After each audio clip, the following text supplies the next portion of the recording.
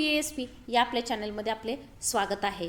मित्रांनो, सध्या आपले सर्व अभिज्ञताधारक कोणत्या ना कोणत्या गोष्टीची प्रतीक्षा करत आहेत। मग ते समुपदेशन असेल, नियुक्तीपत्र असतील किंवा मग कन्व्हर्टेड राऊंड असेल किंवा मुलाखतीची यादी असेल। तर या सर्वांमध्ये एक निराशेचं वातावरण पसरलेलं आहे। तर ॲक्च्युअल कंडिशन तशी आहे का, हे आपण इथं सविस्तर या व्हिडिओमध्ये पाहणार आहोत।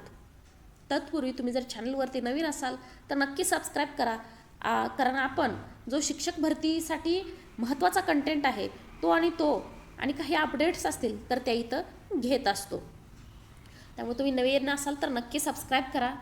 आपल्या जुन्या चॅनेलला काही टेक्निकल इश्यूज आल्यामुळे आपण हे नवीन चॅनल काढलेलं आहे। तर पाहूया आपला आजचा व्हिडिओ। आता याच्यामध्ये पहा, प्रक्रियेत पुन्हा एकदा व्यत्यय आलाय। लोकसभा निवडणुकीनंतर आता विधान परिषदेच्या पदवीधर आणि शिक्षक मतदारसंघातील निवडणुकीची आचारसंहिता लागू झालेली आहे, त्यामुळे शिक्षक भरती प्रक्रिया थांबवण्यात आली आहे। अधिक माहिती घेऊया आमचे प्रतिनिधी अरुण मेहत्रे यांच्याकडून। अरुण, पुन्हा एकदा शिक्षक भरती प्रक्रियेत व्यत्यय आलेला आहे, काय या संदर्भात माहिती? आपल्याला माहिती आहे की उन्हाळ्याची सुट्टी संपत आली आणि लवकरच नवीन सत्र सुरू होणार आहे। असं असताना राज्यामध्ये हजारो शिक्षकांची पदं अजूनही रिक्त आहे। शिक्षक भरती प्रक्रिया ही सुरू झाली होती, मात्र दरम्यान लोकसभा निवडणुकीच्या काळामध्ये आचारसंहिता लागू झाल्यामुळे ही प्रक्रिया थांबली होती। त्यावेळी शिक्षण विभागाकडून विशेष बाब म्हणून शिक्षक भरती प्रक्रिया पुन्हा सुरू करण्याची विनंती निवडणूक आयोगाला करण्यात आली होती आणि आयोगाने तशी सूट दिली होती। मात्र आता पुन्हा आचारसंहिता विधान परिषद निवडणुकीची आचारसंहिता लागू झाली आहे आणि त्याचा परिणाम म्हणून शिक्षक भरती प्रक्रिया पुन्हा एकदा थांबवण्यात आलेली आहे। आता पुन्हा एकदा प्रयत्न करावा लागणार आहे आयोगाकडे आणि या विभागामध्ये नाशिक, मुंबई, कोकण विभागामध्ये शिक्षक भरती प्रक्रिया सुरू होईल यासाठी प्रयत्न करावे लागणार आहे। निश्चित, धन्यवाद अरुण या अधिकच्या माहितीकरिता। ही होती ती महत्त्वाची बातमी। परंतु जरी आचारसंहिता सध्या लागू झाली असली तरीही आपल्या शिक्षण विभागाने गेल्या वेळीही आचारसंहितेमध्ये भरती चालू राहण्यासाठीची परवानगी मागितलेली होती आणि सध्याही ती परवानगी मागणार आहेत। साहजिकच ती परवानगी मिळेल, त्यामुळे कोणीही निराश होण्याचं कारण नाही आहे। जरी अशा प्रकारच्या बातम्या येत असतील तरी सुद्धा आपल्याला या प्रसिद्धीपत्रकाने एक दिलासा नक्कीच मिळत आहे, कारण याच्यामध्ये असं सांगितलेलं आहे की ज्या पद्धतीनं गेल्या वेळी पूर्ण प्रयत्न केलेले होते त्याच पद्धतीनं सध्याही हे प्रयत्न केले जात आहेत।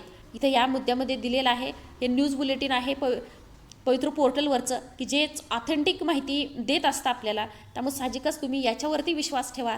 सध्या भरती आचारसंहितेत अडकली का, कितपत अडकली, या सर्वांपेक्षा जे न्यूज बुलेटिनमध्ये दिलं जाते, मग याच्यामध्ये इथं सर्व सांगितलेलं आहे की सर्व तोपर्यंत जे काही प्रयत्न आहेत ते प्रयत्न केले जात आहेत।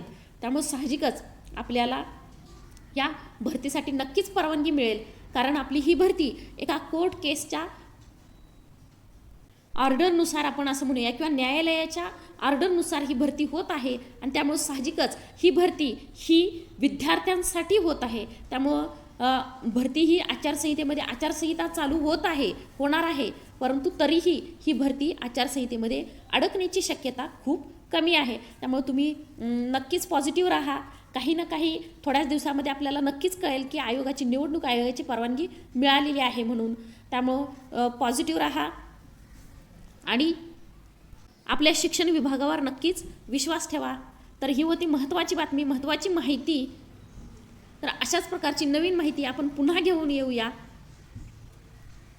तत्पूर्वी तुम्ही जर चॅनेलवरती नवीन असाल तर नक्की सबस्क्राईब करून ठेवा।